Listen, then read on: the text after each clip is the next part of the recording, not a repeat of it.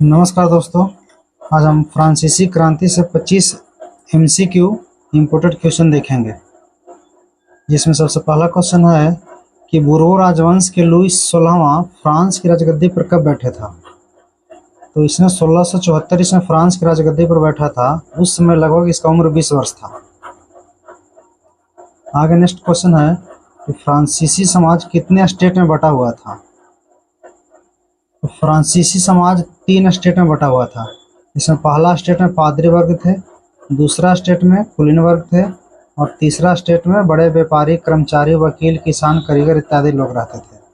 हालांकि फ्रांस में तीसरे स्टेट के लोग ही टैक्स अदा ही करते थे और तीसरे स्टेट के लोग गरीब और अमीर दोनों रहते थे और सबसे ज़्यादा टैक्स इन्हीं लोग देते थे फ्रांस में। अगला क्वेश्चन है, चर्च द्वारा किसानों से वसूला जाने वाला कर को क्या कहा जाता था।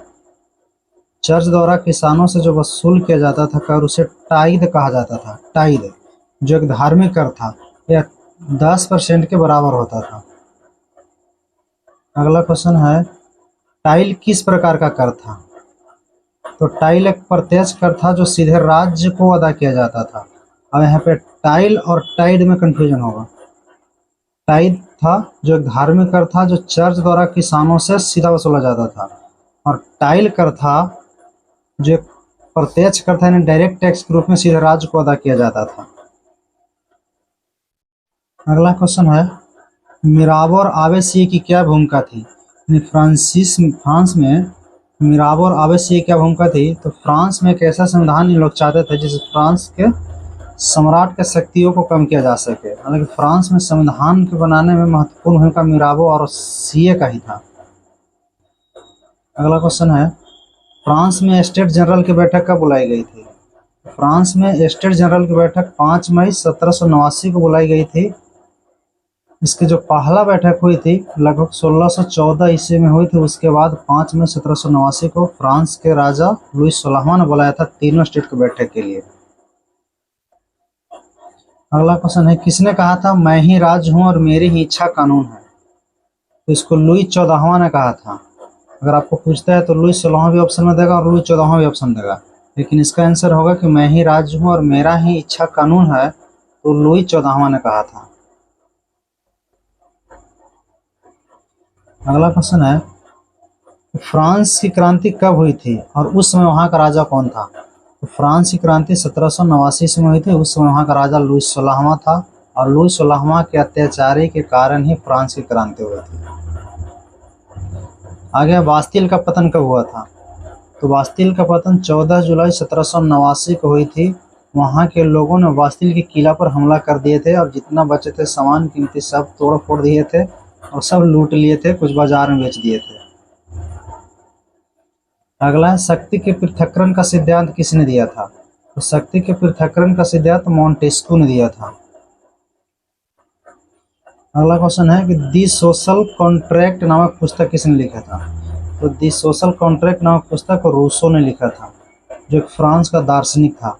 रूसो रूस का नहीं बल्कि रूसो एक फ्रांस का दार्शनिक था। अगला क्वेश्चन है, स्वतंत्रता, समानता और बंधुत्व का नारा किस क्रांति में दिया गया था।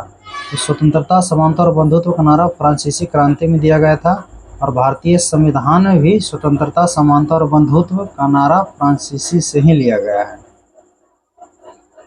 अगला है, द स्पिरिट ऑफ लॉज पुस्तक किसने लिखा था। द स्पिरिट ऑफ लॉज नामक पुस्तक मॉन्टेस्क्यू ने लिखा था। अगला है, पुरातन व्यवस्था किसे कहा जाता था। 1789 की फ्रांसीसी क्रांति के पूर्व जो स्थिति थी उसी को पुरातन व्यवस्था कहा जाता था। लेकिन आपको पूछता है तो इस ऑप्शन में पूछ सकता है कि 1789 की फ्रांसीसी क्रांति के बाद की स्थिति को कहा जाता था या पूर्व को। तो पुरातन व्यवस्था 1789 की फ्रांसीसी क्रांति के पूर्व की स्थिति को कहा जाता था। आगे है, किसने कहा था कि मनुष्य स्वतंत्र पैदा हुआ है पर वह हर जगह जंजीरों से जकड़ा है। ये रूसो ने कहा था। आगे 16 नंबर क्वेश्चन, भारत के किस शासक ने फ्रांस की क्रांति से प्रेरणा लेकर अंग्रेजी सत्ता के विरुद्ध अभियान आरंभ किया था। तो टीपू सुल्तान ने किया था। टीपू सुल्तान उस समय मैसूर का शासक था। इनके पिताजी का नाम हैदर अली था और टीपू सुल्तान जब भारत में ब्रिटिश शासन कर रहे थे तो हैदर अली और अंग्रेज के बीच युद्ध हुआ था जिसे आंग्ल मैसूर युद्ध कहा जाता था। इसमें हैदर अली द्वितीय आंग्ल मैसूर युद्ध में हैदर अली की मृत्यु हो गया था प्रोटोनोवा के युद्ध में 1782 में, जबकि अंग्रेज और मैसूर के बीच 4 आंग्ल मैसूर युद्ध हुए थे, जिसमें 1767 से 69 जिसमें मद्रास की संधि हुआ था, 80 से 84 मंगलौर की संधि हुआ था, 90 से 92 श्रीरंगपट्टनम की संधि हुई थी, और 1799 में चतुर्थ आंग्ल मैसूर युद्ध में टीपू सुल्तान की मृत्यु हो गई थी। आगे फ्रांस में आतंक राज्य की स्थापना किसने किया था? तो फ्रांस में आतंक राज्य की स्थापना रॉब्सपियर ने किया था। रॉब्सपियर ने किया था। आगे फ्रांस गणतंत्र कब हुआ था? तो फ्रांस 21 सितंबर 1792 को पहली बार गणतंत्र हुआ था। अगला है लुई 16वां को देशद्रोह के आरोप में फांसी कब दिया गया था?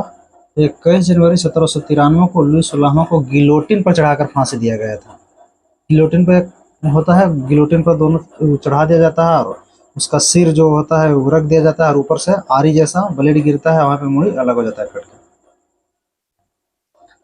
फ्रांस का राष्ट्रगान क्या है? तो फ्रांस का राष्ट्रगान मार्सिले है, जिसकी रचना कवि रॉजर द लाइल द्वारा किया गया था। उसी समय किया गया था।